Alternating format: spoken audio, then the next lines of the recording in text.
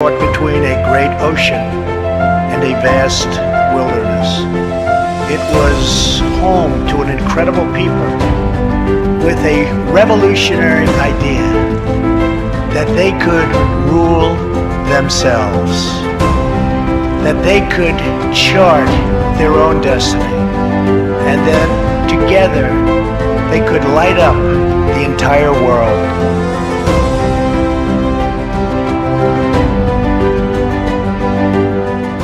Prominent pro-life leaders in the world, originally from New York, ordained in 1988 by Cardinal John O'Connor. In 1993, he requested and received permission to devote his entire life and ministry to ending abortion. With his bishop's permission, he serves as the National Director of Priests for Life, the largest pro-life ministry in the Catholic Church. He's also president of the National Pro-Life Religious Council and the National Pastoral Director of the Silent No More Awareness Campaign and Rachel's Vineyard, the world's largest ministry of healing after abortion. He travels throughout the country to the average of 4 states every week, preaching and teaching against abortion. He broadcasts daily to hundreds of thousands of people on television, radio, and online programs. Mother Teresa asked him to speak in India on life issues. The Vatican appointed him to the Pontifical Academy for Life and to the Pontifical Council for the Family to help coordinate pro-life activities of the Catholic Church. Members of Congress have invited him to address the pro-life caucus and to preach at the prayer service they had in the Capitol just prior to the vote on healthcare reform. In 2016, he was asked by then-candidate Donald Trump to serve on his pro-life and Catholic advisory councils. He was present at the bedside of Terri Schiavo as she was dying and was an outspoken advocate for her life. He received the Proudly Pro-Life Award by National Right to Life Committee and numerous other pro-life awards and honorary doctorates. His work has been praised by presidents, popes, and countless citizens. He is the author of 4 books, Ending Abortion, Not Just Fighting It, Pro-Life Reflections for Every Day, Abolishing Abortion, and Proclaiming the Message of Life. And Norma McCorvey, the Jane Roe in the U.S. Supreme Court's Roe v. Wade abortion decision, called Father Frank the catalyst that brought me into the Catholic Church. Without further ado, I'd like to introduce Father Frank. Thanks so much. Thank you.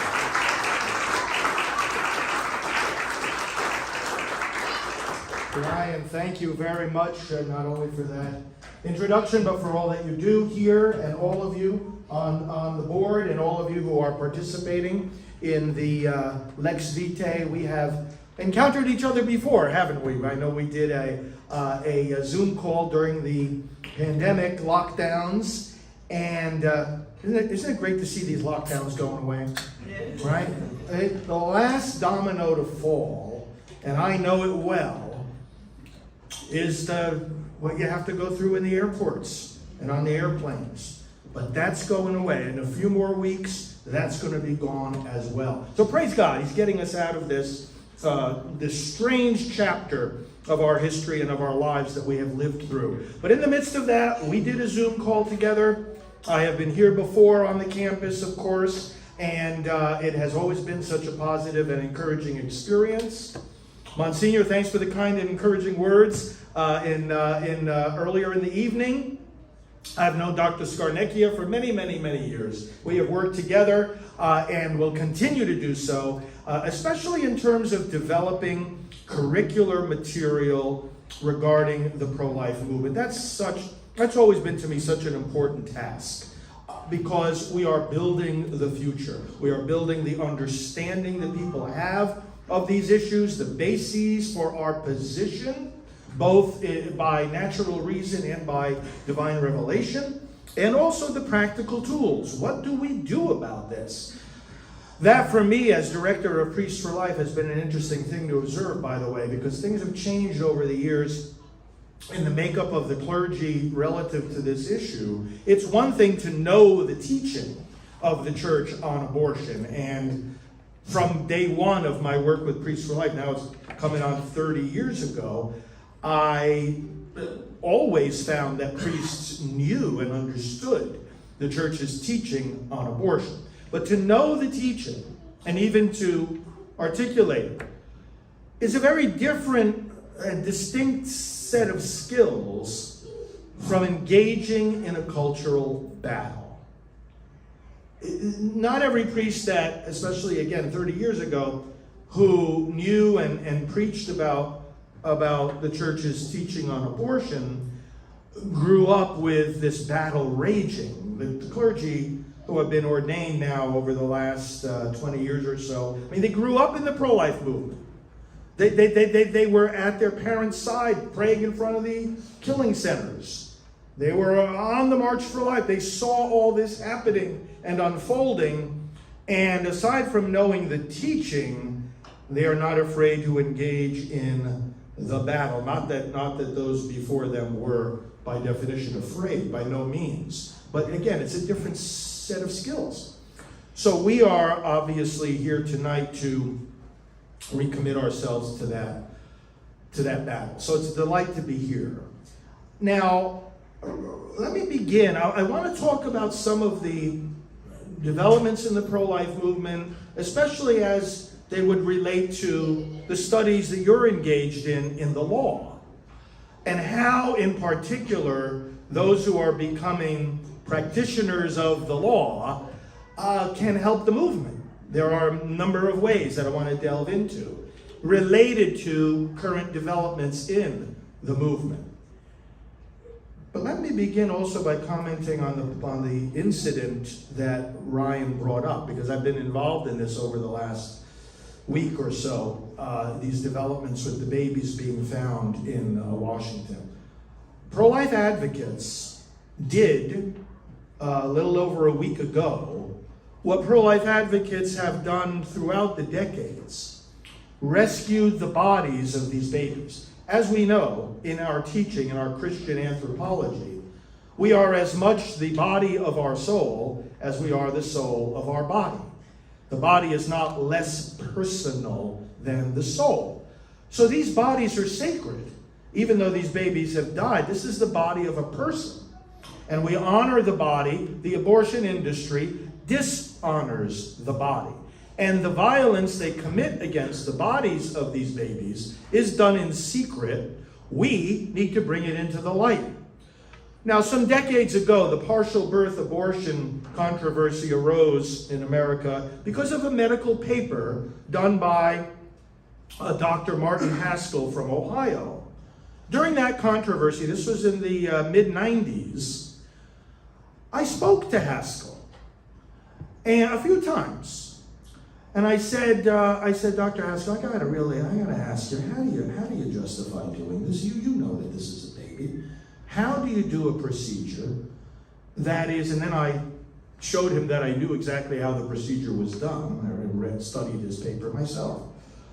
And in fact, one time, during those years, we would read, we in the pro-life, we would do this full time. We've got to read the textbooks of these abortionists. So I was on a plane one time, I had Warren Hearn's textbook, Abortion Practice, in my hands. I was reading it on the plane, was standing there in the aisle now, ready to get off the plane, and I got the book in my hand.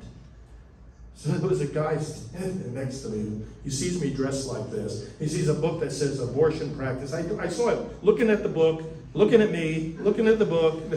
So I turned around and started talking to him, explain why I had a book about how to do abortion. But we read this stuff, and I talked to Haskell, and I described the procedure. I said, how do you justify doing this? Father, he said, I don't know when the baby receives a soul.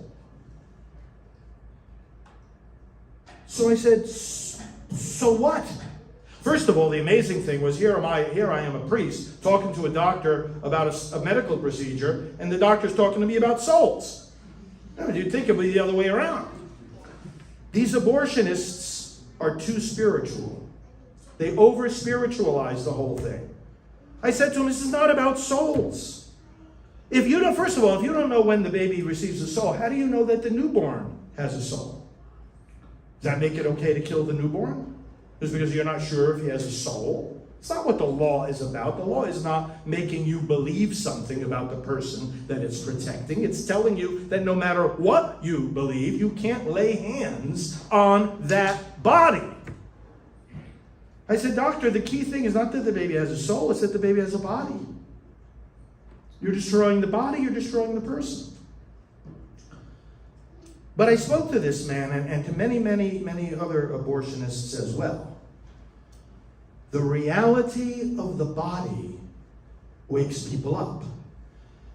The activists in D.C. last week, praying out in front of and protesting out in front of the abortion facility, saw the truck come up to take the bodies of these babies. And the, driver goes inside, gets however many boxes there are, brings them out, puts them in the truck. I have blessed in different parts of the country. I have stood at the back of these trucks with the door open, seeing the thing full of boxes. I have conducted blessings there while praying at abortion facilities when these trucks arrive. And these activists did something a step further. They went up to the man and they said, "Do you know what's in those boxes?" And he didn't know. And they told him. And he was horrified. And then they said, and this, brothers and sisters, see and feel the Christian spirit from across the centuries rising up in the next thing they said. And one of them who was saying it is an atheist. The other one is Lauren, our friend. I've known her too for years, Lauren Handy. The two of these women standing there, one an atheist, say to this man, "May we have one of those boxes? What are you going to do with it?" "We want to give them a proper burial." The driver said, "Well, I've already checked in these boxes, and I'm just going to look the other way. And if you want to take one of them, I'm just going to look the other way." And they took a box. On Tuesday, this coming Tuesday, you're going to hear a lot more of what was in those boxes. A little bit of it has been released. There's a long story behind what's going on here. In fact, you overheard me talking in the car ride. I was on the phone with people in D.C. about this whole situation.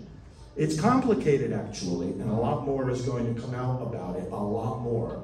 But as Ryan said, look at the pictures. In fact, we have a website called lookatabortion.org. And consistent with what you were saying and what we were talking about before, I've always been quoted as saying, America will not reject abortion until America sees abortion. These babies are killed under cover of darkness. The other side doesn't want society to see what the body of an unborn baby looks like, and much less do they want them to see what abortion does to that body.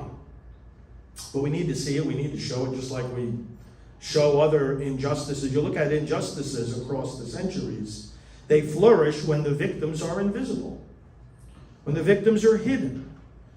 Those who do the works of darkness want to cover that evil in darkness. But Paul says in Ephesians 5:11, have nothing to do with the fruitless works of darkness, but rather, what does he say? Expose them. Expose them. So that's what's happening with this now. And there's a lot more to this story that'll be coming out in these coming days. And one of the first things these activists needed was an attorney. What do we do? What's the right thing to do? We don't want to break any laws. How do we handle this? They needed the kind of attorneys that you are studying to be, namely not those, and this is an affliction, by the way, particularly pronounced within I'm not going to say within the church, because the church is the body of Christ, filled with his Spirit, doing wondrous things.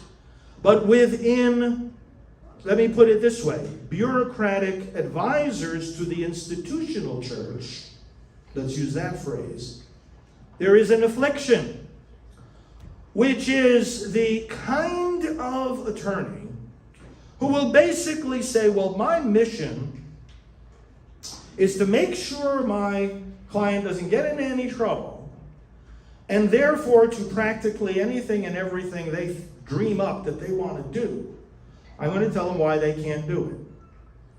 And I'm going to be so very, very cautious and urge them to be so very, very cautious that when you're on the receiving end of that, one of the conclusions you come to is, you know what, I might as well just sit down and shut up and stay in a corner somewhere, and I won't get into any trouble.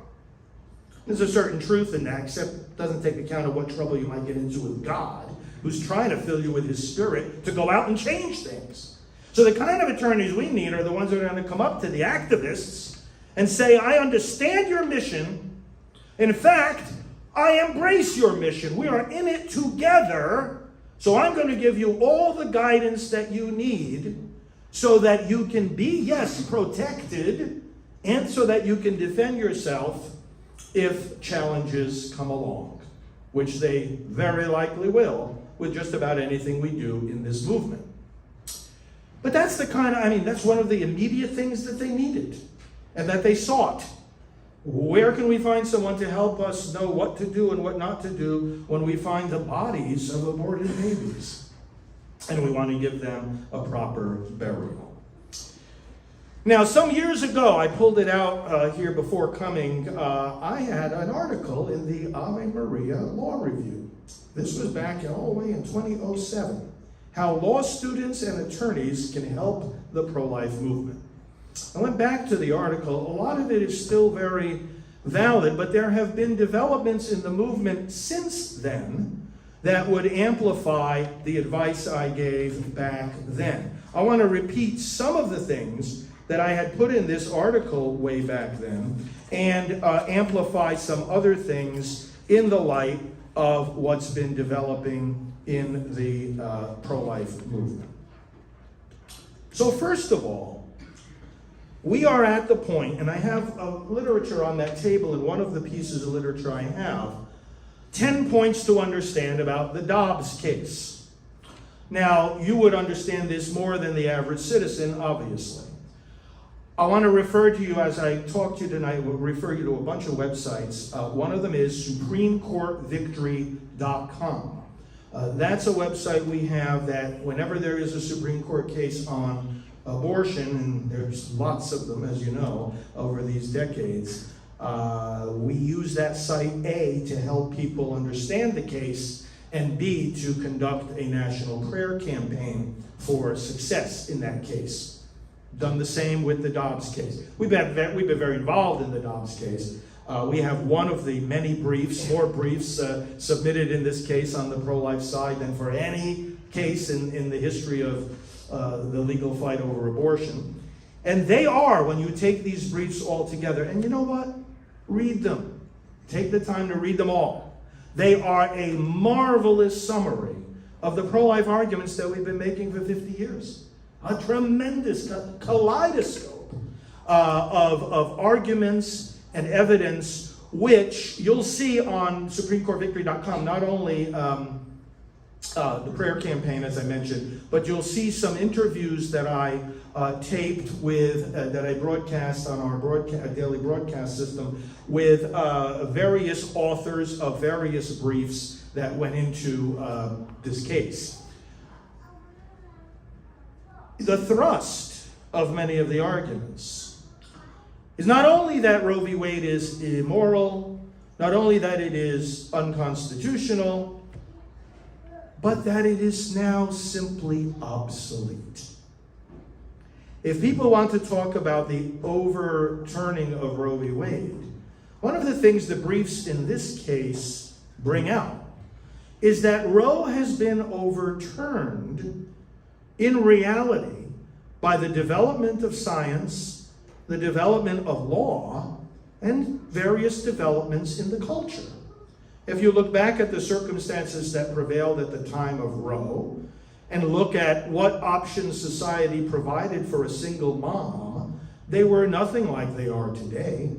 We didn't have any online opportunities to pursue education or careers from working at home, while raising a baby. Opportunities through the internet and various things like that weren't there. The pregnancy centers weren't around. I just came back these last 4 or 5 days. I was in Jacksonville for the annual conference of Heartbeat International, which, as you may know, is one of the largest networks of pregnancy centers. I speak every year at this conference. We had close to 1,500 pregnancy center directors and staff there for several days. And we had hundreds of workshops for them. These centers weren't around at the time of Roe v. Wade. And now they outnumber the abortion facilities by almost a margin of 4-1. It's fabulous.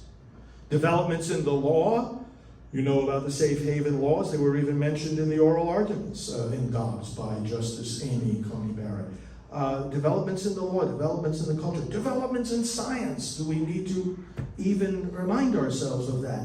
We know the unborn child. We know the unborn child. You know, when you can see the unborn child, and we can see them better now than we could at the time of Roe v. Wade, once you can see them, you can diagnose them and treat them. So the development of technology visualizing the child has led to the development of an entire field of medicine for fetal diagnosis, therapy, and even fetal surgery. I've been privileged to go to some of the conferences of the fetal surgeons around America. And these people are just, you know, well, of course the baby is a patient. Maternal fetal medicine doctors, they know they're dealing with 2 patients. Some of them still have the idea by amazing mental gymnastics that it's okay to kill one of their 2 patients, but you know, that's on another plane. But just on the scientific plane, they're there, all right. It's clear as day that who these babies are.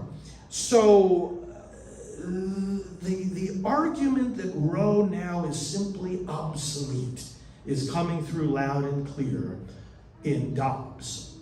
God bless the state of Mississippi for not only insisting that their law be upheld, but for going further and saying, you know what, Roe and Casey, they don't work. They never did work.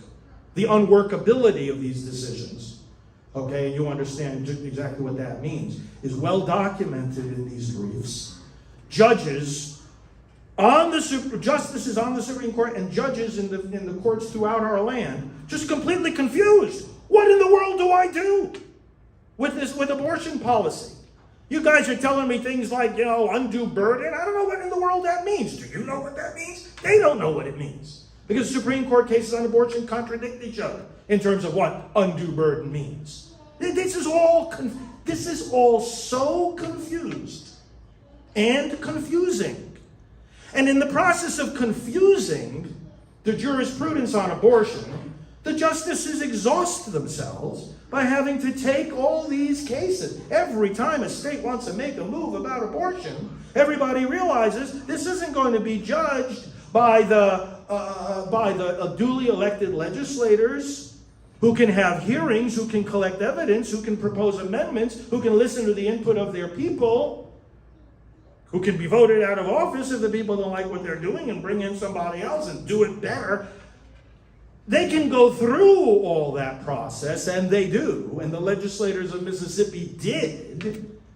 And they can look at the changed science, and they can look at the development in law, and they can look at the changes in the culture, and they can say, based on all this, we're going to set this law as policy for our state. And then you know what the district court did? They put their hands over their eyes. They put their hands over their ears.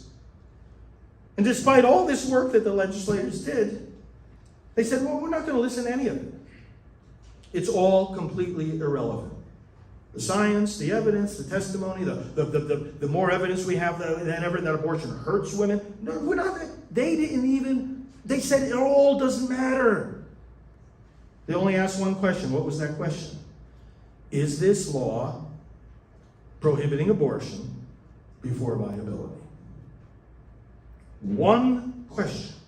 And based on that one question, whose answer in this case is quite clear, of course it does. It's protecting the baby starting at 15 weeks. At the time of Roe, viability was around 28 weeks, so they said, well, it could go as early as 24. Now it's more like 22. But the court said, well, this is 15, so it's obviously pre-viability. Sorry, doesn't pass constitutional muster. We don't have to go any further. And that's absurd. You study the history of Roe. Was the argument about viability present in the law that was being challenged out of Texas, or in the law out of Georgia in the companion case Doe v. Bolton? Was viability anywhere in those laws? No. How about the briefs that were submitted to the court in the case of Roe and Doe? Was viability discussed? The answer is no. What about the oral arguments? And you know Roe was argued twice. December of 71 and October of 72. By the way, a little historical tidbit. The oral arguments in Dobbs occurred on December 1st, 2021. Do you realize that that was almost to the day 50 years since the first round of oral arguments in Roe v. Wade? Almost to the day.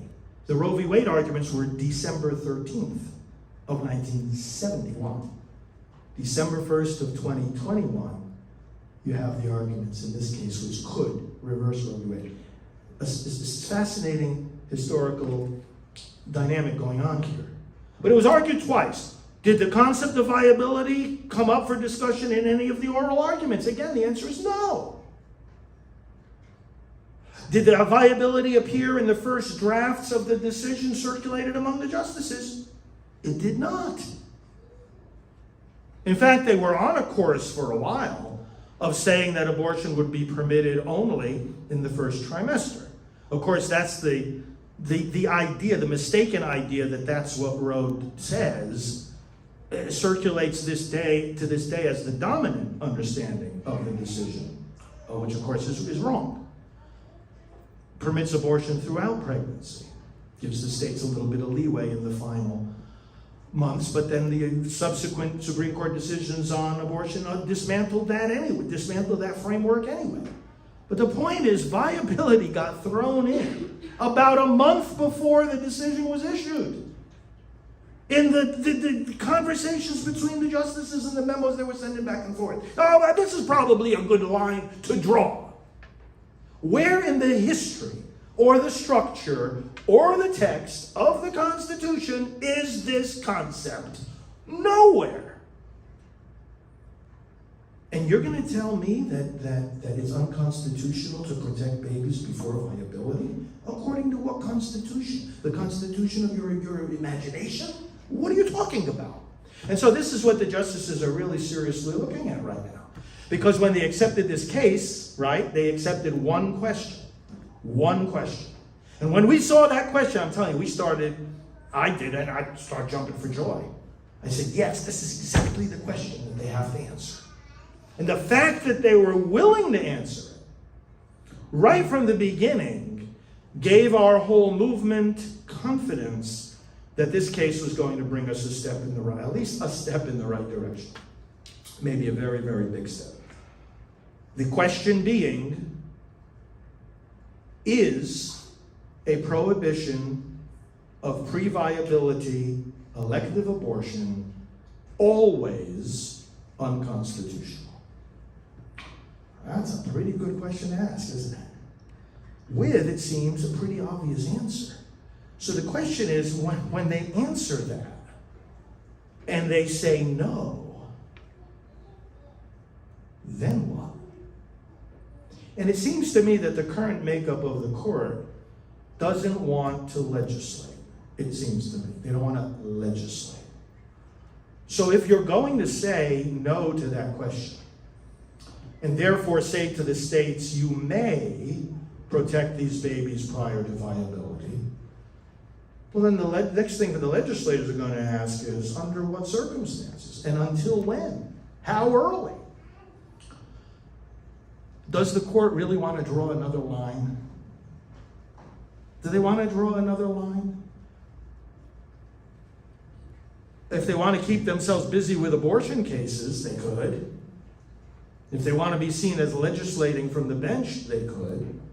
But why not simply say, well, we're not going to draw a line. We don't see anything unconstitutional about protecting these children. Go right ahead. Be our guest. And you see, here's the thing.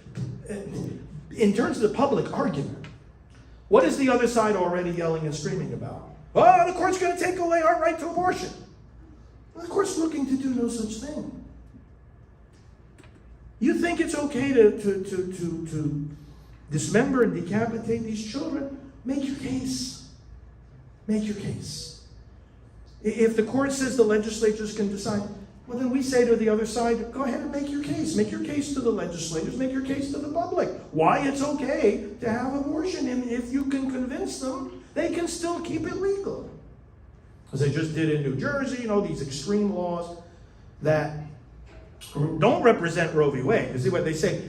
We've got to push back against this notion. Oh, we want to codify Roe v. Wade. No, Brandon stands up there and says we want to codify Roe v. Wade, and you know he doesn't know what he's talking about. He doesn't know what he's talking about any of the time anyway. But the point is that this is not codifying Roe v. Wade. When they talk to me about codifying Roe v. Wade, I said, oh really? I said, well, so what provision in this law that you want to create to codify Roe gives the states the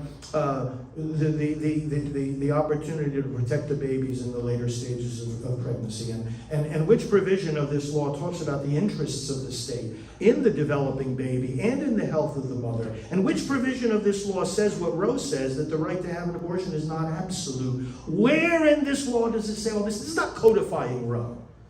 This is going to the absolute extreme that you can go when it comes to abortion, to the absolute extreme.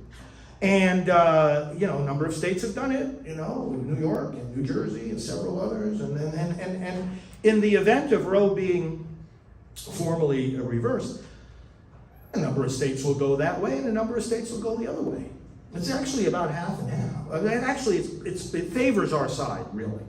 So, because there's it's about a 2020 and 2020-10 division, basically. 2020-10 meaning that 20 would lean in the pro-life direction or immediately begin protecting the unborn. 20 would be going in the other opposite direction. And the others, 9 or 10 states, Florida included, would be in a position where we could craft effective pro-life legislation. The climate would be there to do so. A lot of the battles that would follow in a case like that, and this is one of the key needs right now of the pro-life movement when it comes to legal help that you could give. One of the key needs is simply going to be advising pro-life groups, pro-life activists, pro-life strategists, advising them of the dynamics of state law in their particular states, and also advising them in the inevitable battles that really have already begun over whether a state constitution has a right to abortion. So if the Supreme Court says the federal constitution does not, nevertheless, the pro-aborts are going to say, okay, well, we love, one of the favorite places, where one of the favorite places of pro-abortion people is? Behind the robes of a judge. Including the pro-abortion legislators. They love to hide behind the robes of a judge. Oh, the court took it out of our hands. We can't do anything about this. And that's what a favorable Dobbs decision would take away from it. You can't hide behind them anymore, guys. You can't hide behind the judge. Make the decision. Legislate. What does a legislator take an oath to uphold? The Constitution. The same Constitution that the Supreme Court Justice takes an oath to uphold. It's the same Constitution. It's the same kind of oath. So they have a right to interpret it. They don't take an oath to interpret the Constitution as the court understands it. They take an oath to uphold the Constitution in the only way that they can uphold it, which is how they understand it. People are going to be battling in the court system of their respective states. They're going to need help to understand what's going on. They're going to need help to craft the arguments. They're going to need people who, from a legal mind, can read those constitutions and their histories and show the people why it's such a silly idea to think that after however many years, decades, over a century, that state has had its constitution, that suddenly someone discovered what nobody else saw was there, a right to an abortion. But the legal arguments are going to have to be made, and you're going to have to help people make them. That's going to be one of the key battlefronts. The other thing, of course, flowing from this will be, if in fact the court says it's up to the states to decide if they're going to protect the unborn, there's going to then be the need to develop the arguments for phase two. And phase two, of course, is, would we ever think it to be reasonable to say that killing an adult was okay in New York, but not okay in Alabama? Shooting someone in the street, whatever method of killing the innocent cannot be right in one state, wrong in another state. We have inherited our system of law with the understanding from the common law that there are natural rights. We see it right there in the Declaration, that they're given by God, and that governments exist to secure those rights. We've obviously lost the ability in many sectors of society to even understand or acknowledge that that's the case. Getting back to that is so critical, and developing the argument that, wait a minute, there's got to be more than this. Some people will go so far as to say, I'm not going to celebrate if Dobbs says it's going to leave it to the states because, that doesn't go far enough, and, you can't have murder okay in one state, not okay in another. Yeah, I agree, but I'm going to be celebrating a whole lot, okay? A whole lot. And it's going to be this reversing Roe v. Wade is something that people in this movement have been longing for, dreaming about, working for, hoping they would live to see for decades and decades. Of course it's a cause. Don't let people short circuit the joy and celebration we should have. We know that that's not the final step. And it's okay to remind people that it isn't, but we have to celebrate with great joy if this is as big a victory as many expect it will be. But the case obviously has to be developed further that, the 14th Amendment, ironically, which the other side uses to try to find a right to abortion, actually has a right to life. If you cannot be deprived of life, there's a reason for that. There's a reason why the protection is in favor of life. And the argument needs to be developed that ultimately, and this is made clear in for example, in the pastoral plan for pro-life activities that the U.S. bishops have articulated for decades. It's clear in the Republican Party platform when it talks about the rights of the unborn child. What's clear in both of those places, and in many other places, is that the ultimate goal here in terms of public policy is a constitutional amendment, securing the rights of the unborn, making it clear, we should say it this way, a constitutional amendment and clarifying the fact that what we have inherited in our system of laws and our Constitution requires the protection of the unborn. Can we get there in one step? I don't think so. I don't think the court is ready to say that now. So let's take the one step that it might be ready to say, but let's not forget that then we got to work towards that. And this is, again, back to what you can do for the movement. We got to be developing that case. There's been some good things written about it, as I'm sure you know. We've got to develop those arguments. We've got to develop them and then find ways to present them to the courts as we go on the offensive. And instead of the pro-aborts constantly challenging, pro-life laws, we go in and we start challenging the pro-abortion laws, and of course we do that, but to do it even more, so as to create the jurisprudence that could eventually lead to the point where both the courts, see what we have to do in order to get a constitutional amendment, of course, we got to get the courts as well as the legislatures on our side on this, and meanwhile, of course, creating the culture of life and the convincing of minds and hearts to get to that ultimate point. A couple of other things about needs in the pro-life movement. Since the Gosnell case back in 2013, we have had more of an awareness that not only are unborn babies being killed, but born babies are being killed. Now, Gosnell still sits in prison today because we actually saw the laws enforced in Pennsylvania that prohibit abortions beyond 24 weeks, and that certainly prohibit the killing of a born baby. But the protections for a baby who survives abortion aren't adequate. You know the situation. First of all, it differs from state to state how much protection there is. First of all, how would a baby survive an abortion? Of course, if it's a dismemberment abortion, they wouldn't. Sometimes what an abortionist does to avoid what they call it the dreaded complication.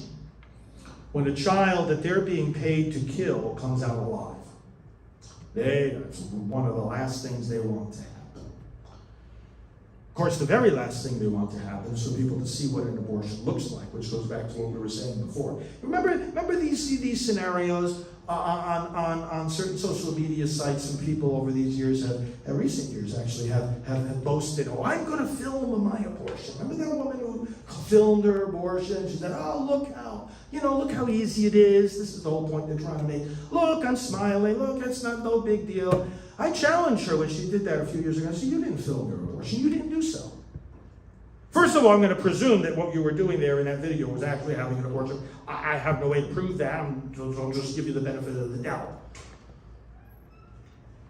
But you did not film your abortion. You filmed your face. You want to film your abortion?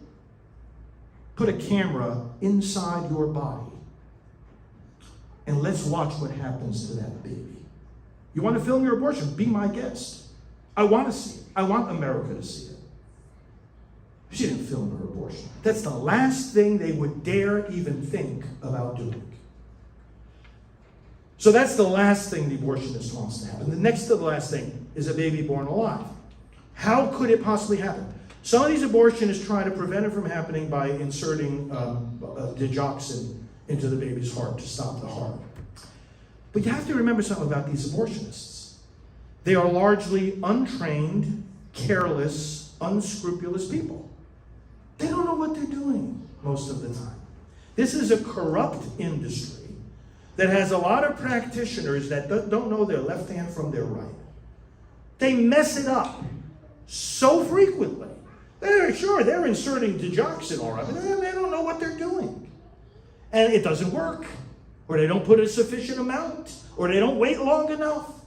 Babies are born alive. Now, the CDC tracks some of this. States, including Florida, track it. But only about 9 states track it. So we have no idea. There's hundreds of documented cases just from the states that track it. But we have no idea how frequently it's happening, but we know it happens. Okay. And we also know that, again, for 2 reasons. Because of the difference in state laws, and some of these radical pro-abortion bills that have recently come about in these last few years, not only take away any restrictions on the killing of the unborn, but they weaken the protections in place for the born, those that might survive. On the federal level, you may remember that George W. Bush signed into law the Born Alive Infants Protection Act. But it's a defining law. It's a definitional law. It doesn't have any enforcement. It doesn't have any penalties. It doesn't have. What it does is important. It defines that this child born alive at any stage of gestation is a person under the law. But then it doesn't go further to say, okay, well, therefore, if such a baby were to be born alive, here's what must be done or not done. So it has to be supplemented. And therefore, the Republicans in Congress introduced the Abortion Survivors Protection Act a few years ago to strengthen the provisions of federal law for the protection of babies that might be born alive. And the Democrats didn't even want the debate. They certainly don't want the law, but just as much they don't want the debate. And so they have refused to bring it up for debate. This Congress and the last Congress refused to bring it up. The Republicans launched a discharge petition. And if you know what that is, if more than half of the members of the House sign a discharge petition, then a bill can be debated and voted on even over the objections of the party leadership that's in the majority. I know from the last Congress that the Democrat members, this is split right down party lines, by the way. Okay. All the Republicans, both times the discharge petition was introduced in the current Congress and in the last Congress, all the Republicans signed it. A couple of the Democrats did. They were berated by Nancy Pelosi to their face. Why did you sign that discharge petition? It's like, what's going on here? What is wrong with this? We want to protect the baby who's outside the womb. How in the world are they so passionate about not even having a debate about what is going on? Well, one of the things might be this. They understand the value of a law like this better than perhaps many people on our side. Because if there were a strong law that said, you will protect, under penalty of law, a baby who was marked for abortion, but then survived, you will protect that baby after birth, then you have introduced into the law the following principle. That a baby marked for abortion can in fact be protected over and above the choice of the mother. And think about this for a minute. Even though the baby now is born, not unborn, the baby was marked for abortion, scheduled for abortion. But the law can still have a role in protecting that baby. Well, once you admit that, then the argument becomes even stronger than it already is to say, well, what's the difference between the baby now and 5 minutes earlier? Or 5 months earlier?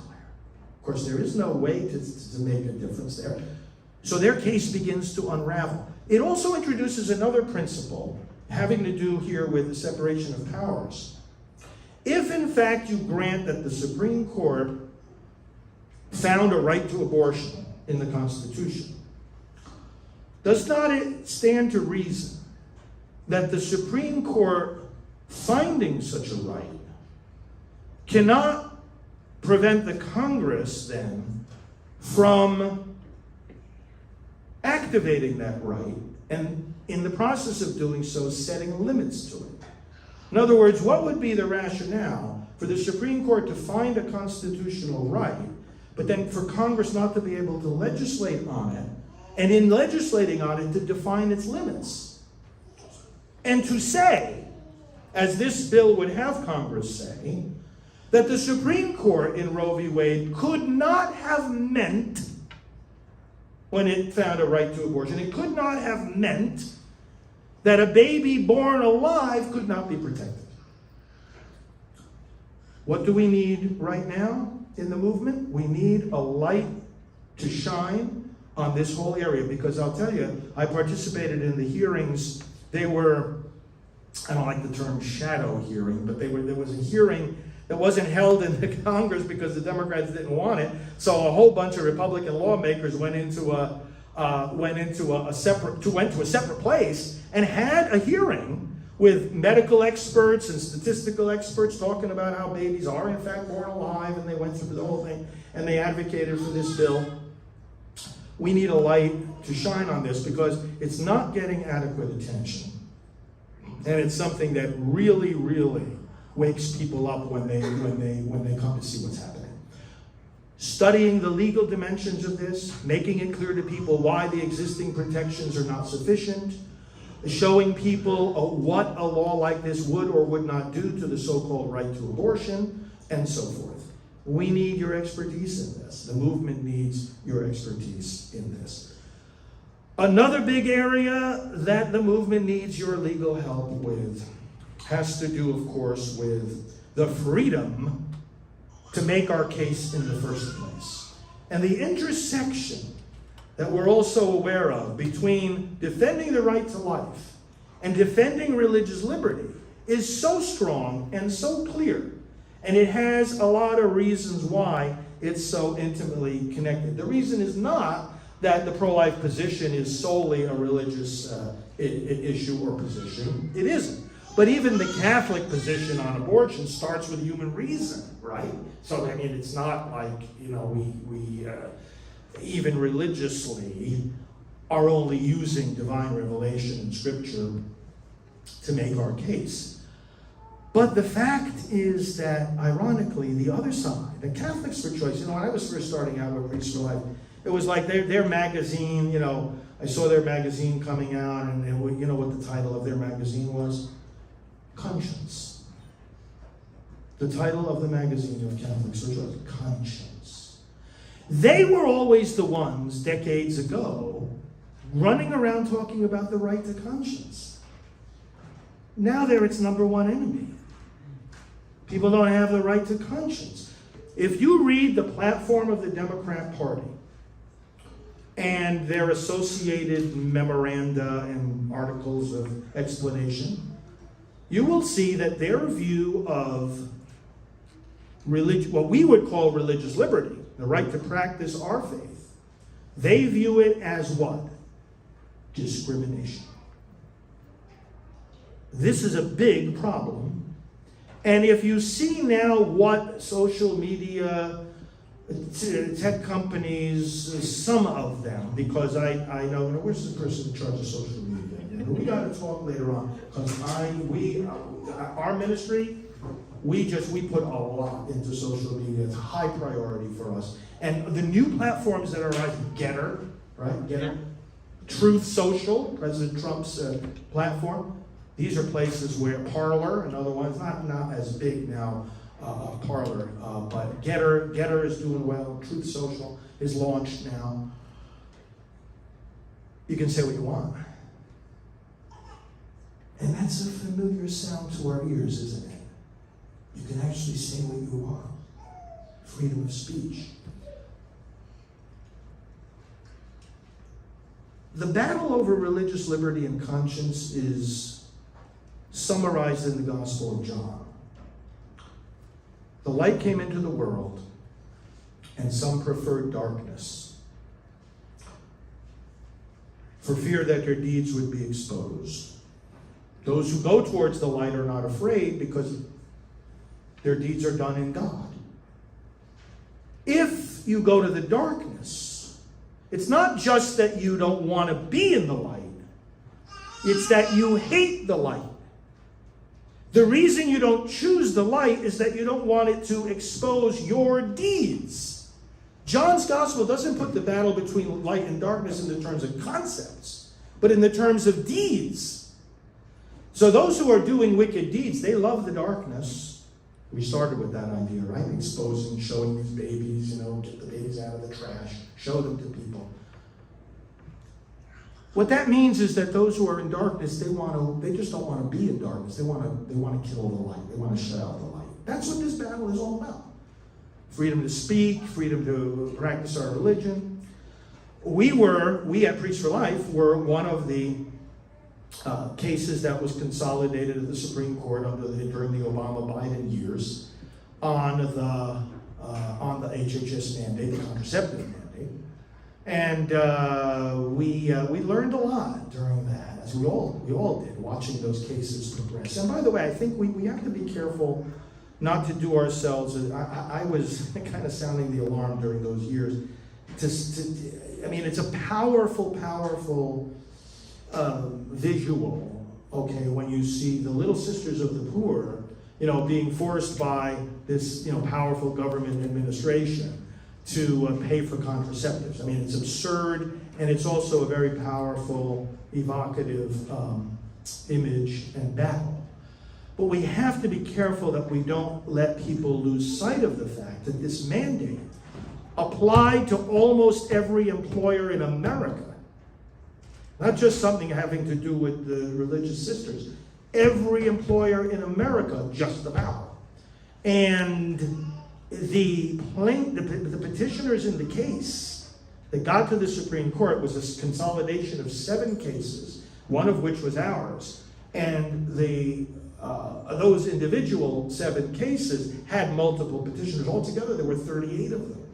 Universities, Christian and Catholic alike, ministries like Priests for Life, the Little Sisters of the Poor, various different organizations, all just trying to live out their faith, none of them trying to impose their faith, and them being told that they had to choose between following their faith and following the law. And one of the most instructive things for me going through the whole process in the district court, the appellate court, and then the Supreme Court was to see how these judges and how the Obama administration were trying to tell us what our faith says and means. I mean, this was literally the most offensive thing about the whole process was we're sitting there in court explaining, here's why we can't, even though you're telling us, you're giving us an exception, we can't sign that form because it makes us complicit, right? That was the argument. And they said, no, don't worry, you don't have to worry about that. And it's like, who are you to tell me I don't have to worry about that? I'm telling you what my faith teaches me. I'm telling you what my conscience says. I'm telling you what I have decided I believe about morality. You as a judge, you as a court, your role is not to judge the reasonableness of my faith. Your job is to protect my freedom to live that faith. And they just couldn't get it. They couldn't get it. So much could they not get it. That you remember what the Supreme Court decided in that case. They actually didn't decide it. They said, well, first of all, they did vacate the negative decisions against us in the lower courts. But then they said to the Obama administration and to us, all the other petitioners, they basically said, reviewing all these arguments, we believe you guys can work it out. So go sit down and work it out. That's what they said. So we did sit down and work. After the court came down with that, we did. We had all kinds of meetings with the Obama administration. Thick-headed. They didn't get it. They didn't want to get it. They just couldn't bring themselves to understand that we are believers who believe we're doing something wrong here and should not be forced by the law to do it. Don't try to judge the reasonableness of our faith. You're not going to succeed in doing that anyway. Just protect our right to live it. We were making very, very little progress. And then somebody named Donald Trump got elected. That's what freed us from the mandate. That and that alone.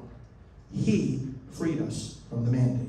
And brothers and sisters, had the election gone the other way, I say to people, when people ask me, why do you support President Trump so much? One of the things I say to them is just very simple. If he weren't where he is, we wouldn't be where we are. This mandate was set to literally destroy all kinds of ministries. And when some dioceses, this is a whole other area. So what I'm saying is, obviously, you know the role that you have to help people understand exactly the issue I just articulated, exactly the challenge that people face today about just the freedom to believe and live our belief.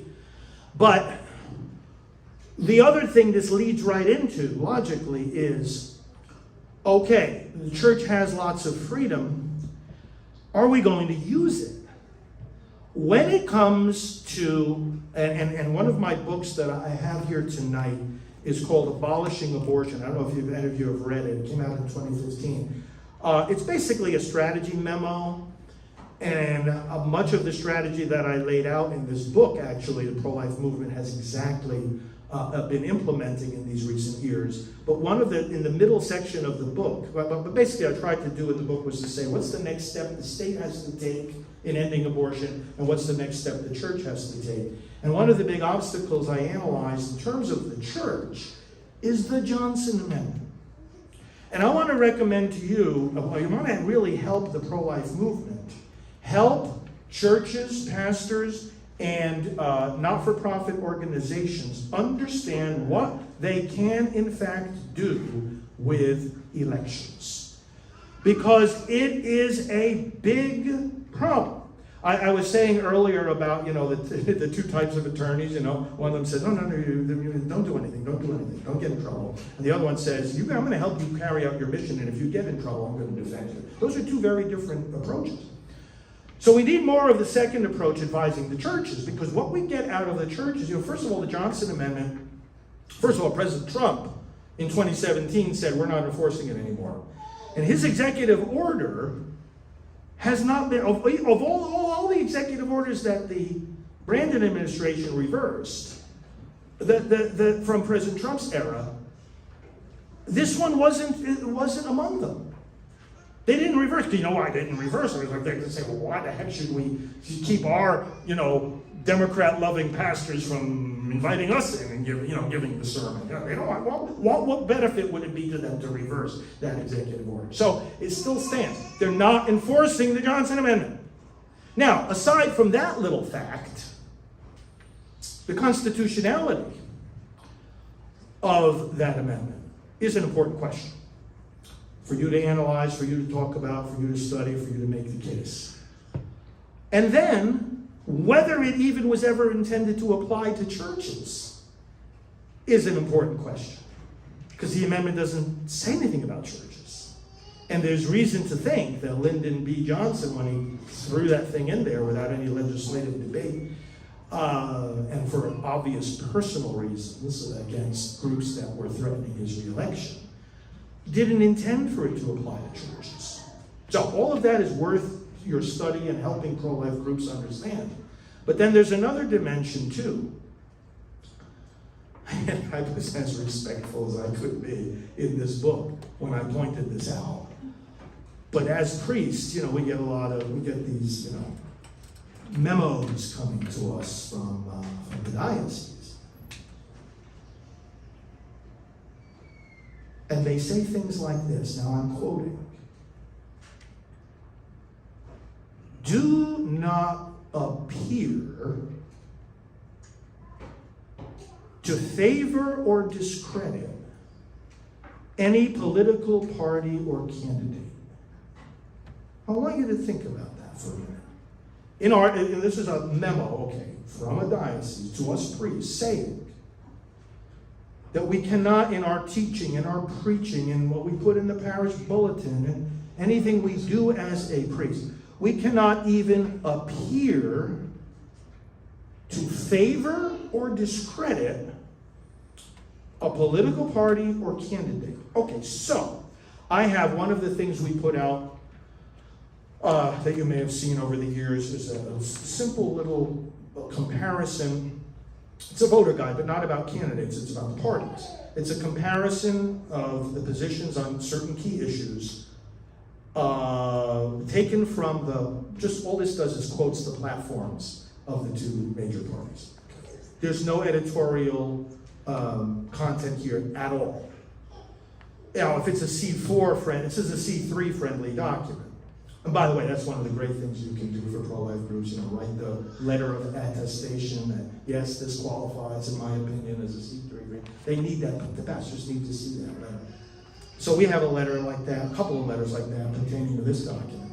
And it's like, because if it were a C4 document, then you could put a little smiley face, on the top of one column and, the frowning emoji on the other one, or, thumbs up, thumbs down, whatever way you want to indicate. One is better than the other. This doesn't indicate one is better than the other. Okay, so just the information. And so what it says here from the platforms is that the Republican Party says the unborn child has a right to life, has to be protected, cannot be infringed. Democrats, abortion itself is a right, should not be limited. Okay, what does the church say? Well, church says something that sounds a little bit like what the Republican platform says. Child has a right to life, cannot be infringed. Now listen, we don't stand on the platform, and we as priests, we as a church, don't stand on the platform of the Republican Party or the Democrat Party. We stand on the platform of Jesus Christ, which is unchanging. But it's also clear, and it applies to real things that people do, including political choices. And therefore, we stand up and we say the child must be protected. In law, not just in culture or in the family life, in law. Okay. Now go back to that advice. Do not even appear to be favoring or discrediting a political party or candidate. So I get up and I say, if you say that there's a right to an abortion, you're violating God's law. This is damaging, this is destructive. In fact, John Paul II, by the way, today's the anniversary of his death. And I'm going to bless you at the end of tonight. I have a relic of John Paul with me, some of his blood. It was given to us at Priest for Life by Cardinal Jewish, who was his secretary, as you know. I worked under him in the Vatican for a couple of years, John Paul, so I'm going to bless you with his relic. Don't let me forget, I have it over there in my bag. But here's the point I'm making. So we stand on the platform of Jesus Christ, and sometimes it corresponds to what one party is saying at one point in time. Sometimes it is against what another party is saying. And if tomorrow the Republican and Democrat parties decided to swap platforms with one another and change their positions on every single issue, what would change about our message? Absolutely nothing. And that's how I make the argument. We are being nonpartisan here. And when I do my teachings, when I speak into the world of elections and politics, as I do constantly, without apology, I'm acting out of a pastor's obligation. I'm acting out of a religious mission to apply the Word of God to society. Now, we have a history of this. And recently, just a couple of weeks ago, we celebrate, it's not on the Universal Church calendar, but you look up Blessed Clemens von Galen, you remember him? Bishop of Munster, and when the Nazis came into power, he preached. He was famous for 3 powerful sermons he gave one summer against this political party because of 2 reasons. Their suppression of innocent human life and their suppression of the freedom of the church. We've got the same problems in the Democrat Party today. And they beatify these guys that preach about it, and then they punish us when we try to preach about it today. It is absurd. Maximilian Kolbe, here's a priest. Everybody knows why. Famous story. He gave his life in exchange for the prisoner that they, was a husband and father, and and he took his place. Okay, it was a great act of heroism, right? But the question is, why was he in the camp in the first place? What got him there? And that's a part of the story that not enough people remember.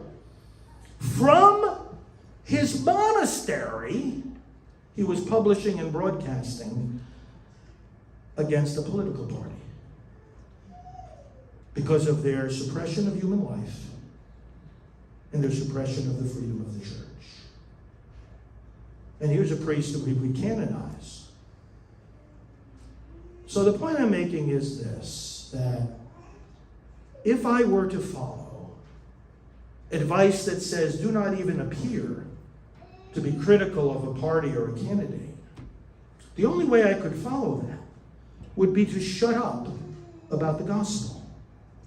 The only way I could not appear to be favoring or criticizing a political party or candidate. And that's not my motive. My motive is to proclaim the platform of Jesus Christ. But the only way I could appear not to be doing those other things is to keep quiet. And that's not an option. So what I'm saying to you is we honestly, many good, I head up a group called Priests for Life, right? We try to help the priests to talk about these things. And I can't tell you how many priests I have had to encourage and counsel and listen to and answer their questions. And they're sitting there talking to me, and they have tears in their eyes because they're burning with passion about wanting to defend life and help change the culture of death into the culture of life. And they feel they're trapped. They feel they're in such a dilemma because they're literally being told to shut up. Well, but the people have asked me from the beginning of our ministry, why don't we hear our priests talking more about this issue? Well, the sad conclusion I've come to That is a big part of the answer to that question is the reason you don't hear them talking about these issues is that they're being told not to. This has got to change. One of the ways it can change is the legal expertise of people like you clarifying for the church, and not just the church, but all the pro-life organizations in whatever communities you will serve, clarifying for them that, hey, you have a lot more freedom than you think you have vis-a-vis the law relating to elections and politics. And you know this better than I do. We have a lot more freedom than we think we do.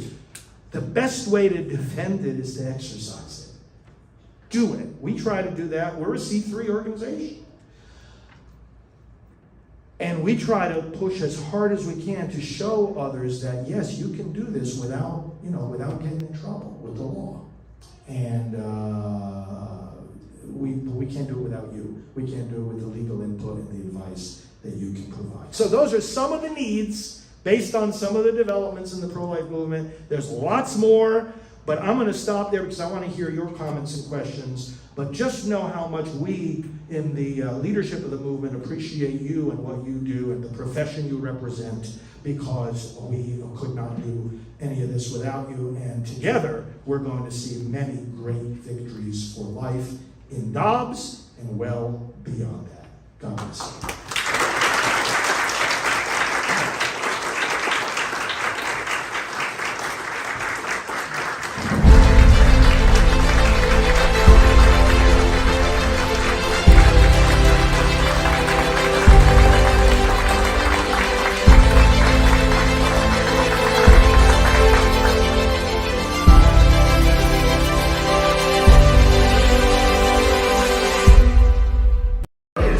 Richard Lee, we have Jim Garlow, and we have Father Frank Pavone. Someplace they were in the audience, so I appreciate you. I appreciate you